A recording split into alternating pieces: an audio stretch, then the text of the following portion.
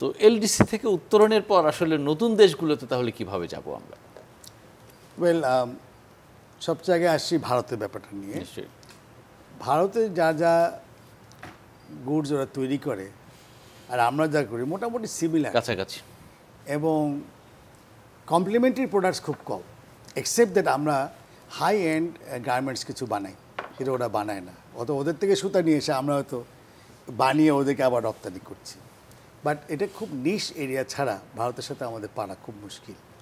আর এটা হচ্ছে ভারতের কস্ট অফ প্রোডাকশন ইজ চিপার, কারণ ওদের কাছে মিনারেল থেকে শুরু করে মেশিনও নিজের, লেবারও নিজের, টেকনিক্যালও নিজের।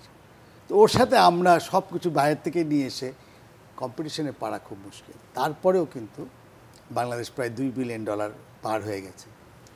এখন যদি আমরা ওয়ার্ল্ড ওয়াইড দেখি যে where do we stand, doctor Razak ভালোই বললেন যে এই যে আমাদের সেপা সিস্টেম করতে হবে, দ্যাট ইজ দুই দিকেই আমরা কিন্তু ডিউটি ফ্রি, অ্যান্ড আমরা কিন্তু ডিউটি ইজ এ বিগ অংশ অফ আওয়ার বাজেট। আপনি এবারের বাজারও দেখবেন এই ডিউটি কিন্তু ওই অঙ্কটা বাদ দেন তো সবাইকে কেউ টাকা করে হয়ে গেল।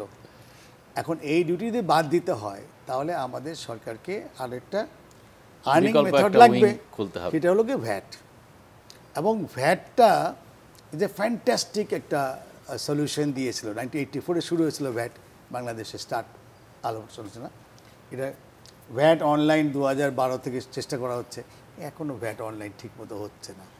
ওকে, এখন ভ্যাট লাইন কেন হচ্ছে না অনলাইন, এটা এখন কাকে বলবো, এনবিআর দোষ না ব্যবসায়ীদের দোষ, এটা এখন আমি মনে করবো যে দুজনেরই কিছু একটা খামখেয়ালি আছে। যত আমরা ডিজিটালাইজ করে ফেলতে পারবো তত বেশি আর্নিং আসতে থাকবে। এখন ভ্যাট যদি আমরা এমন বড় করতে পারি যে ডিউটিকেও সারপাস করে দিতে পারে, তাহলে ডিউটি জিরো করলে আমার সমস্যা নেই। না, ভ্যাট বাড়ানোর তো একটা নেগেটিভ দিক আছে, সাধারণ মানুষের উপর ডিরেক্টলি এই চাপটা পড়ে যায়। যদি ডিরেক্ট ট্যাক্সে যায় সেটা একরকম হিসাব, সেটা আবার যৌক্তিক কোনো পদক্ষেপ কিনা আপনার কি মনে হয়? আমি ডক্টর রাজ্জাকের কাছ থেকে একই ব্যাখ্যা শুনবো। আমি খালি এটাই বলার চেষ্টা করছি, ইন্ডিয়া দেখেন ইমপ্রুভ করে গেল, বাট ইন্ডিয়াতে আপনি যান হোটেলে খান, স্টেটের ভ্যাট হচ্ছে 14, হোটেলে খাওয়া কথা বলছি, আবার সেন্ট্রাল ট্যাক্স হচ্ছে 14, 28% কিন্তু আপনি ভ্যাট দিচ্ছেন, বোঝা যায় না। ওকে, সো আমরা কিন্তু সেদিক দিয়ে 15%-এ আছি, বাট আমরা ফেডারেশন থেকে বলেছিলাম এটা 7.5-8-এর দিকে ফিক্স করে দিতে। এত উপরে দিলে ভ্যাট না দেওয়ার প্রবণতা চলে আসে, কারণ 15% তো লাভও হয় না কোনো ব্যবসায়। তো 15% ভ্যাট দিলে কাস্টমার দিতে চায় না, তখন বলে ভাই কি নগদে দেন, আমরা ওই চেক দিয়ে নিতে পারবো না।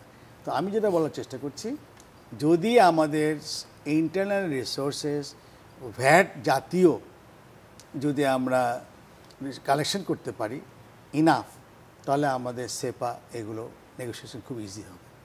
কিন্তু আজকে ডক্টর রাজা কারেক্টলি বললেন, এত হাই ডিউটি দেওয়ার পরে আপনি কী আর সেপা নিয়ে আলাপ করবেন।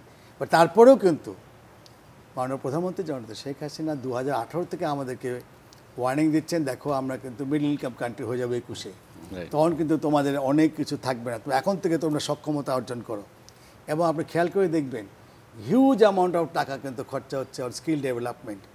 অ্যান্ড এই জাতীয় জায়গায় সরকার কিন্তু অনেক অ্যালার্ট এবং অনেকগুলো কমিটি কিন্তু শুরু হয়ে গেছে যে আমাদের সক্ষমতাটা কী করে বাড়ানো যায়। আমরাও আইএসসি টাইএসসি এগুলোর মধ্যে আছি, এবং সেখানে আমরা দেখতে পাচ্ছি যে গভর্নমেন্টের থিঙ্কিং কিন্তু খুব স্ট্রেইট, যে আমরা যাতে কোনো সময় এলডিসি হয়ে আবার ধরা না খাই। কারণ অনেক দেশ আছে এলডিসি থেকে বের হয়ে আটকে গেছে আর আগাতে পারে না, তখন এইটাও গেল ওইটাও গেল।